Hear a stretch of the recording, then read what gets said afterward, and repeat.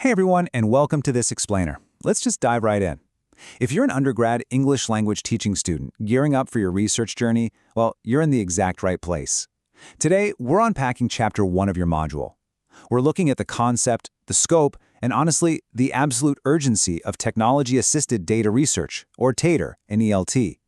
I am super excited to guide you through this, mostly because it's going to fundamentally upgrade the way you tackle your studies and eventually your career. So let's get into it and look at what research actually looks like in the modern world. Okay, picture this. It's the year 2026. You're finalizing your classroom-based needs analysis. Now, are you sitting there handing out stacks of paper questionnaires? Are you transcribing hours of audio by hand? Tallying up statistics on a chunky pocket calculator? Probably not, right? The very idea of doing complex ELT research using just a pencil, paper, and a calculator, it feels incredibly daunting today. No thank you. And that right there perfectly illustrates why modernizing our approach is just so vital. Think about those traditional methods for a second. Wandering endlessly through physical library shelves, passing out paper forms, lugging around actual cassette recorders. Now, contrast that with our digital reality. We're talking online platforms, instant AI transcription, massive citation databases you can search in seconds.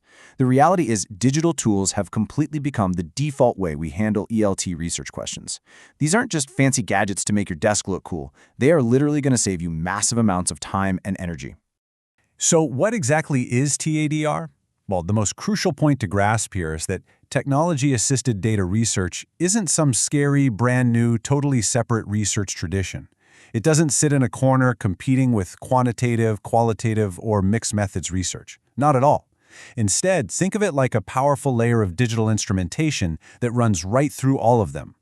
It's basically a highly effective digital upgrade to the very research designs you're already learning about. To really hammer home how big of a paradigm shift this is, researcher Neil Selwyn makes a great point. He argues that because teaching, learning, and honestly, just institutional life in general are so heavily mediated by digital devices, we can't treat the digital as some niche specialization anymore. It's not just for the folks studying computer-assisted language learning. Digital fluency has actually become a baseline research competency. Whether you're studying grammar acquisition, teacher cognition, or classroom management, you absolutely need this fluency. It's not negotiable. And tying this directly back to your actual course module for Chapter 1, this massive paradigm shift is exactly what makes up the learning objectives for your first meeting. By the end of this chapter, you're expected to be able to explain this shift, identify specific digital tools for each stage of research, and truly understand technology as an integral methodological component. Everything we're talking about today anchors straight back to the competencies you need to ace this course. So, how does all this build into an actual practical workflow?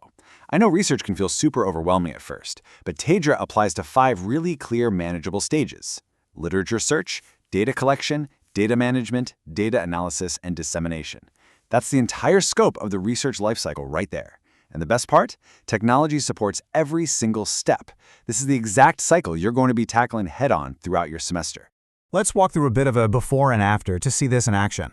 For the literature search phase, we've moved from browsing physical library shelves to using citation databases and AI-assisted mapping tools. That totally changes where data is found. Then for data collection, we trade those old paper forms for online survey platforms and video conferencing, which instantly widens our reach across geographic boundaries. And for processing, manual computation and tally marks are replaced by statistical software and corpus concordancers. That drastically reduces arithmetic errors, which, let's be honest, is a huge relief. Let's look at a really specific and honestly pretty exciting example of this transformation, inspired by Cresswell and Cresswell. They point out that digital tools actively shape which research designs are actually feasible for you. Take a phenomenological interview study, for instance. Traditionally, transcribing all those interviews by hand could easily eat up an entire semester. But today, with AI-assisted transcription, that exact same work can be knocked out in just a few days.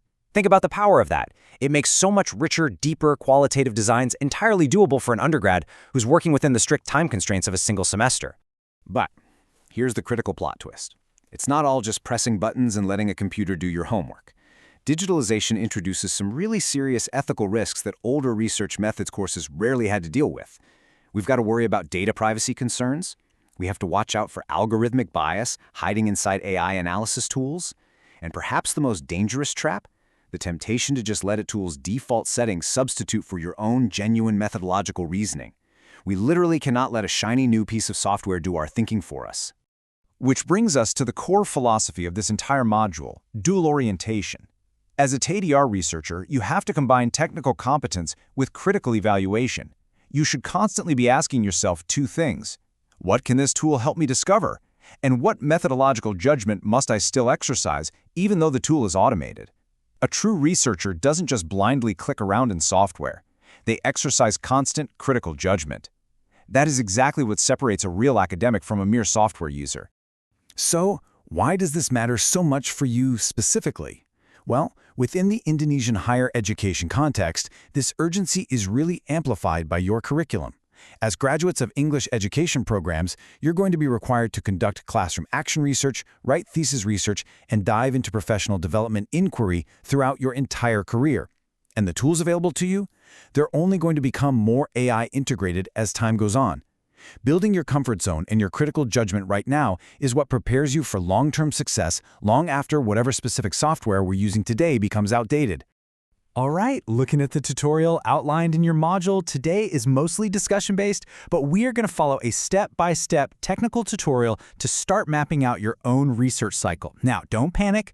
You do not need to master every single tool today. This is really just about previewing the map and setting up a concrete foundation that you'll use to guide your learning going forward. So here are your instructions. First, you're going to open up a blank digital canvas. Google Slides, Jamboard, or even just a simple table in a Word document works perfectly, and create 5 labeled columns representing those research stages we talked about. Second, populate each column with a traditional method like browsing library shelves. Third, add its digital counterpart, like a literature mapping app. And finally, step 4, which is super crucial, annotate each pairing with one opportunity and one risk. For example, online forums give you instant reach, right? But the risk is excluding respondents who don't have internet access. This step is what forces you to critically evaluate that digital leap. Once you've got those opportunities and risks mapped out, your next step is to save your Canvas as a PDF or grab a shareable link. And I really want to highlight here that this document isn't just busy work. It's actually going to become the very first artifact in your semester-long digital portfolio. So make it good. After you save it, you're going to present your map to your small discussion group. To kick off those small group discussions, I want to leave you with a bit of a provocative question to think about. Which stage of the digital research cycle are you the most excited about, and which one are you the most intimidated by?